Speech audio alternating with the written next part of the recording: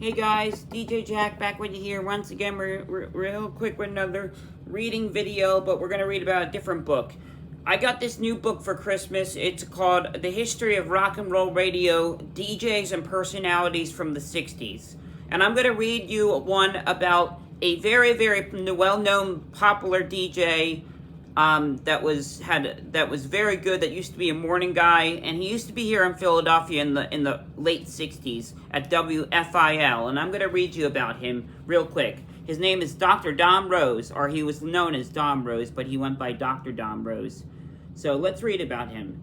Since Kent Burkhardt gave him a mention in the mid-60s, now as good as time, any to insert another few lines about the rising star of the indomitable Dr. Dom Rose. His legendary KFRC days began in the early 1970s, as do most of his son, Jay fond memories. But he needs to go there, so let's explore the 60s narration of Donald Dune Roseberg. Unfortunately, that isn't an easy task. Not much is variable documented about the early days of Dr. Dom Rose, as he was affectionately known. Since Jay was decades away from making an appearance in the Ransberg family, we filled in the gaps with a few online bios from the memories of others, Bay Area Radio.org Audio and KFRC, Dr. Dom Rose. Noted in the 1950s PFYB book, Don's interest in radio began early, as it did from many inspiring DJs by the reporting school news. Young Don sat behind the mic for many a spring DJ by reporting school news.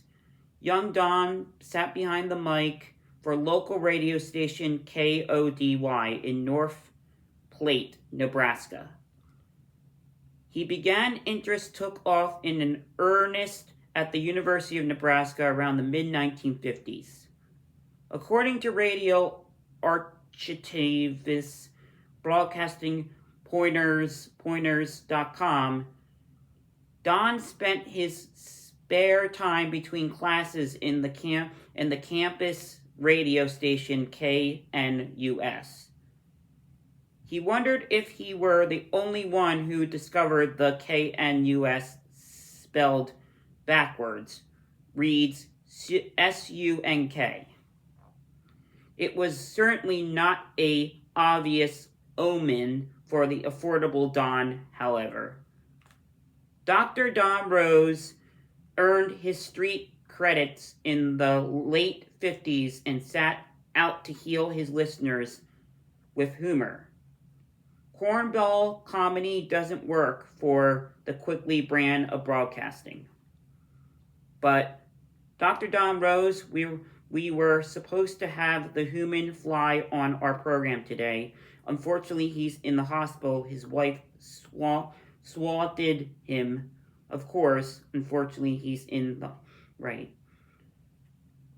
Referring to Playboy, a magazine in 1957, short story later in 1958 and 1986, movies. Very interesting. We'll read the next page after this.